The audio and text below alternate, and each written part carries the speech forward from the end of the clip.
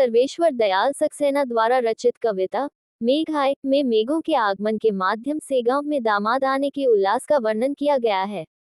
कवि कहते हैं कि आकाश में बादल पश्चात घिर आए हैं। बादलों को देखकर कवि को ऐसा लगा जैसे गांव में शहर से किसी का दामाद बन ठनकर आया है।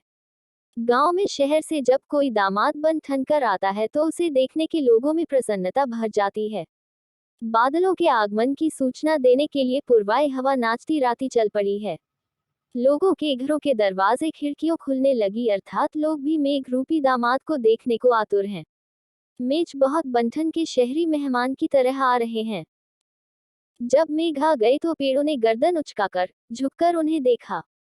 भाव यह है कि हवा चलने से, पेड़ों के झुकने से ऐसा प्रतीत होता है मानो पेड़ मेघों के आगमन पर उन्हें गर्दन झुकाकर अत्यंत उल्लास एवं उत्सुकता से देख रहे हों।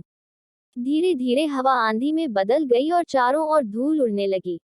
आंधी के चलने को देखकर ऐसा लग रहा है मानो गांव की युवती मेहमान को आते देखकर अपना लहंगा समेटकर भागी चली जा रही है। बादलों के घिर आने पर नदी भी ठिठक गई और उन्हें देखने लगी। बूढ़े पीपल ने मेघों का स्वागत किया। लता को ऐसी युवती रूप दिखाया गया जिसका पति उससे 1 वर्ष बाद मिलने आया हो।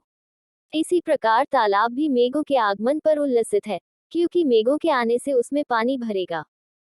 आकाश में बादल छा गए। क्षितिज पर गहरे बादलों में बिजली चमकी और वर्षा शुरू हो गई। कवि ने इस संबंध में कल्पना की है कि मेहमान और उसकी पत्नी का मिलन हो गया।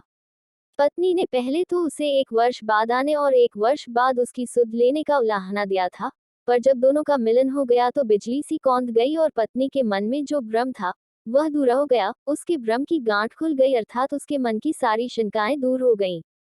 जब पति पत्नी का मिलन हुआ तो मिलन के अश्रु बह निकले तथा 1 वर्ष के वियोग का बांध भी मानो टूट गया। उसने मेहमान से क्षमा याचना की।